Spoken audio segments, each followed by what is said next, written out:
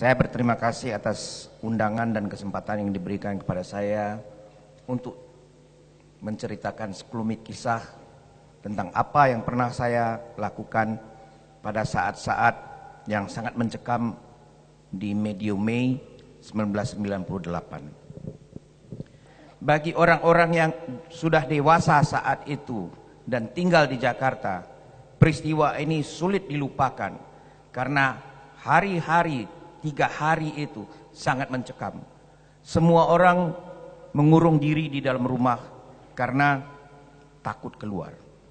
Penjarahan, pembunuhan, perampokan, pengrusakan, dan perkosaan terjadi serempak di mana-mana, di beberapa kota besar, baik di Pulau Jawa maupun di luar Pulau Jawa.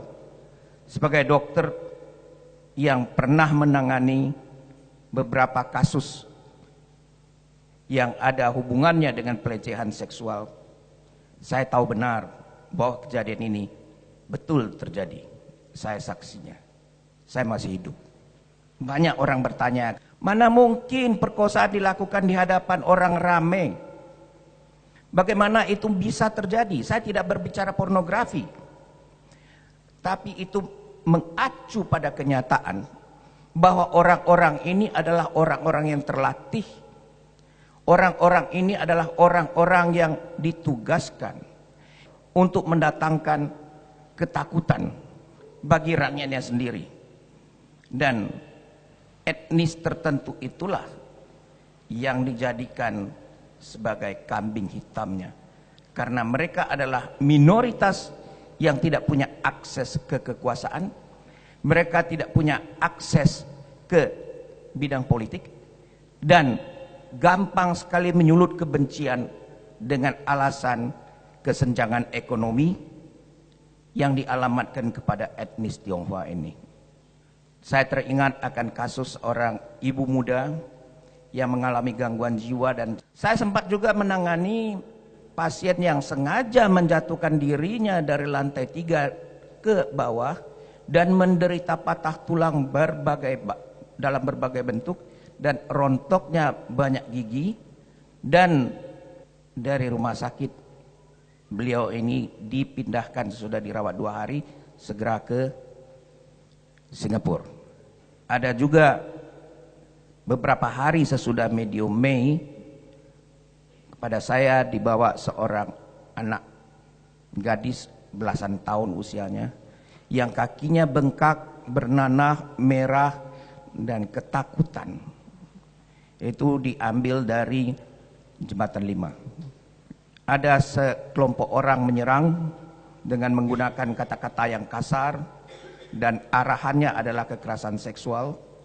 Dan si gadis ini dalam rangka menyelamatkan diri, berlari dan menginjak pecahan kaca sehingga kakinya bonyok, infeksi besar, tetap tidak mau keluar dari persembunyiannya sampai ada relawan yang menemukan dia dan membawa ke saya. Saya waktu itu tergabung dengan tim relawan untuk kemanusiaan juga. Saya adalah anggota Suara Ibu Peduli dan anggota dari Kalyana Mitra. Mengapa ini terjadi dan apa kaitannya dengan situasi saat itu? Ibu kota negara seperti Jakarta dalam tempo 3 hari kosong kekuasaan. Tidak ada yang berwenang. Negara tidak hadir di Jakarta pada saat itu dan di beberapa kota besar lainnya, baik di Jawa maupun di Sumatera. Seolah-olah kebiadaban ini dibiarkan terjadi. Saya tidak mau mengatakan bahwa seluruh korban adalah dari etnis Tionghoa. No. Kalau kita lihat apa yang terjadi di kalender, itu banyak loh orang-orang yang, saya tidak senang menggunakan istilah pribumi dan non pribumi. Saya adalah orang yang banyak sekali berkeliaran di daerah-daerah terpencil. Di sana tidak laku tuh istilah pribumi non pribumi. Di kita di sini yang banyak.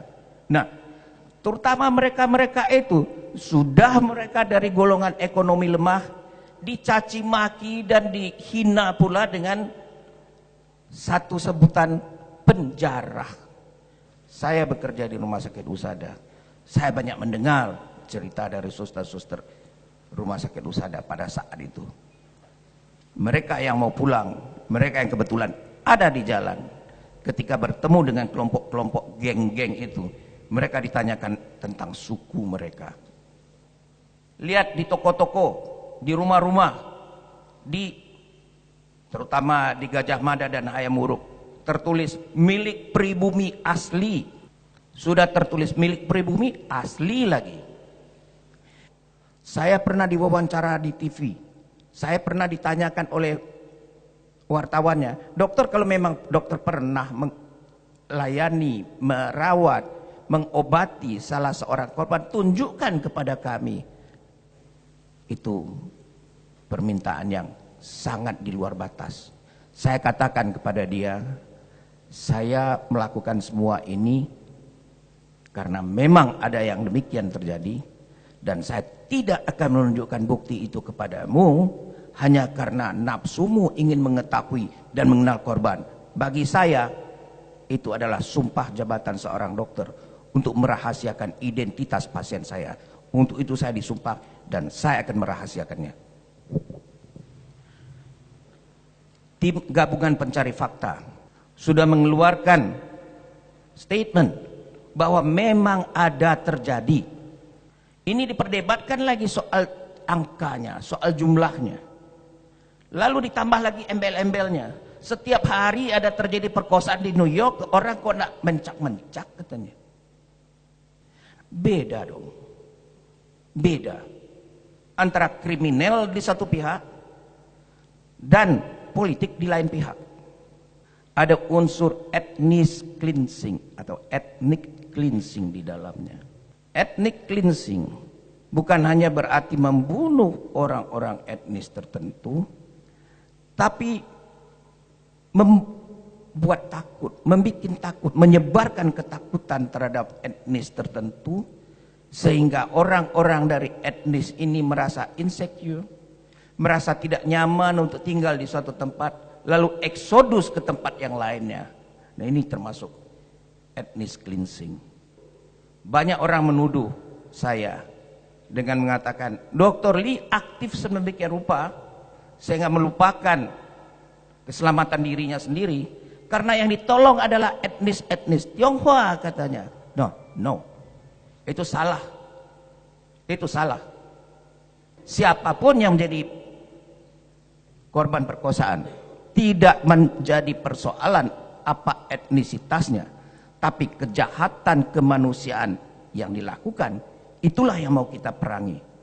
Dan sebagai warga negara Indonesia, saya malu mengakui mempunyai sebuah pemerintahan yang di luar berkoar-koar mengatakan menentang politik apartheid yang terjadi di Afrika Selatan, tapi di dalam negeri sendiri melakukan praktek apartheid terhadap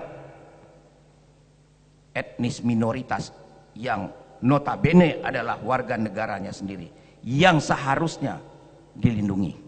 Dan tugas kita ke depan adalah jangan sampai ini terulang.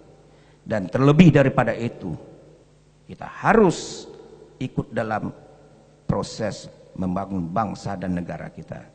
Terima kasih.